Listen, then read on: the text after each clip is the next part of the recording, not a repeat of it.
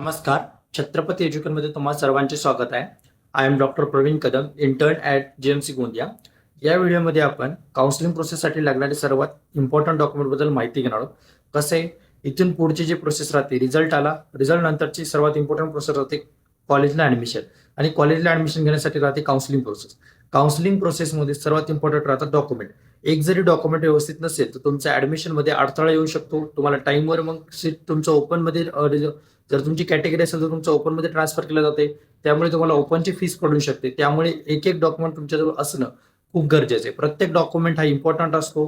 प्रत्येक डॉक्युमेंट तुमच्याजवळ असणं खूप गरजेचं आहे. तर काउन्सिलिंग प्रोसेससाठी कोणकोणते कंपल्सरी डॉक्युमेंट आहे, त्याच्यानंतर कॅटेगरी वाईज कोणकोणते डॉक्युमेंट लागतात, याबद्दल आपण या व्हिडिओमध्ये माहिती घेणार आहोत. तसंच स्पेशल डॉक्युमेंट कोणकोणते, तर स्पेशल डॉक्युमेंट कशा प्रकारे काढायचे याबद्दल पण आपण नेक्स्ट व्हिडिओमध्ये माहिती घेणार आहोत.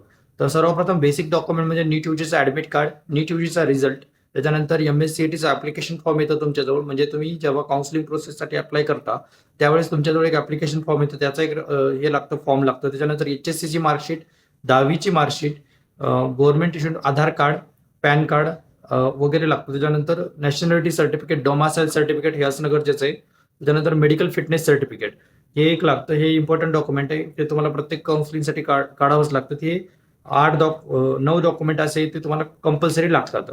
त्याच्यानंतर जर बघायला गेलं तर कॅटेगरीसाठी कोणकोणते डॉक्युमेंट लागतात, caste certificate, caste validity certificate आणि non creamy layer certificate.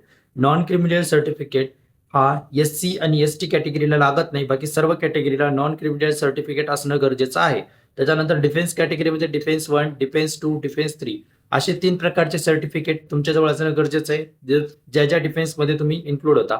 EWSचं separate certificate असतं. जर ते बाकीच्या कोणत्या कॅटेगरीचा बेनिफिट घेत नसेल तर तुम्हाला EWS सर्टिफिकेट भेटून जातं.